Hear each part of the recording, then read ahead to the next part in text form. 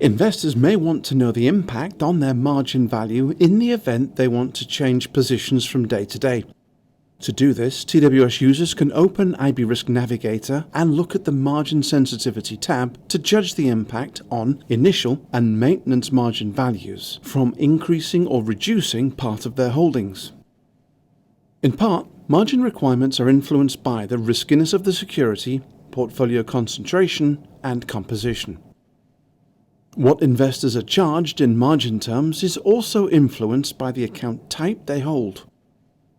To contrast margin requirements for your portfolio under different account structures, use the Settings drop-down menu and select Reference Margin Type to select from the list of available alternatives. You may see your actual margin needs in a real Risk Navigator environment. But remember that you can replicate your actual portfolio holdings in a WhatIf Portfolio and then make as many adjustments to positions to judge the resulting impact on margin. Here is a WhatIf Portfolio populated with a handful of positions. To start with, I'm looking at the positions on the Equity tab.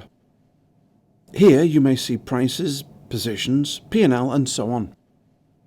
In the dashboard above, you can also see net liquidation value along with maintenance and initial margin requirements. Before we change tabs, remember that in the WhatIf environment, you can use the Include/Exclude checkbox to assess the impact on margin of changing the portfolio mix. Next, let's click on the Margin Sensitivity tab. Use the plus drill button to expand all position data. The purpose of this tab is to display current positions and associated margin requirements. But you may also use the Risk Navigator to measure the impact on margin from changing positions. Let's just explain a couple of items on display. The position carries over from the Equity tab and the value is shown in base currency and in US dollar terms. The nominal margin interval column is IBKR's percentage rate applied to the underlying and multiplied by the position value. The rate at which margin is applied will differ between stocks, as you can see here. Less liquid and more volatile stocks will likely require higher margin. So you can see value multiplied by nominal margin interval equals maintenance margin. Notice the radio buttons beneath the tabs for position increment.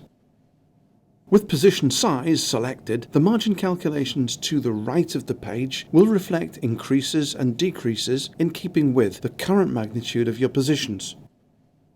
Look at the position column and the position change column. If I have an open position of 500 shares in Apple, you can see position changes of plus 500 and minus 500 along with resultant value changes to the portfolio.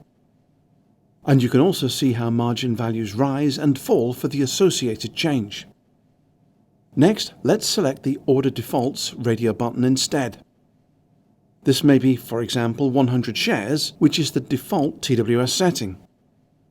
But remember that you may have changed to an alternative value in order presets. In my case, the default order size is indeed 100 shares. The screen may take a moment to refresh here. When it updates, you will see plus 100 shares and minus 100 shares in the position change columns and the resultant associated margin changes.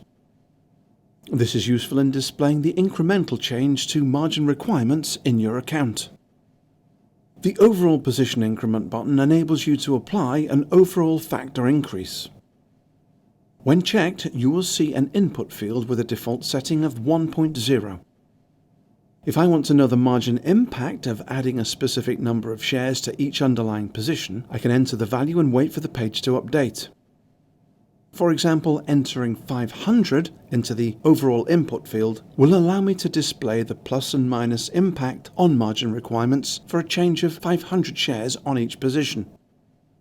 If you select the button By Asset Type from the Position Increment row, you will activate the Edit button. Click to edit default position size by asset class. As you can see here, my default stock position change is 100 shares. Other assets are grayed out as I don't currently have any positions in those classes. In the lower right corner, you can select a specific underlying and isolate its position on the display and make adjustments to the single position only. You can revert to the portfolio view by selecting all underlyings from the drop-down menu. When you make changes, the page will update, but you may use the refresh button to manually provoke changes. The Margin Sensitivity tab is helpful in enabling you to measure the impact on margin requirements in advance of making changes to underlyings within your portfolio.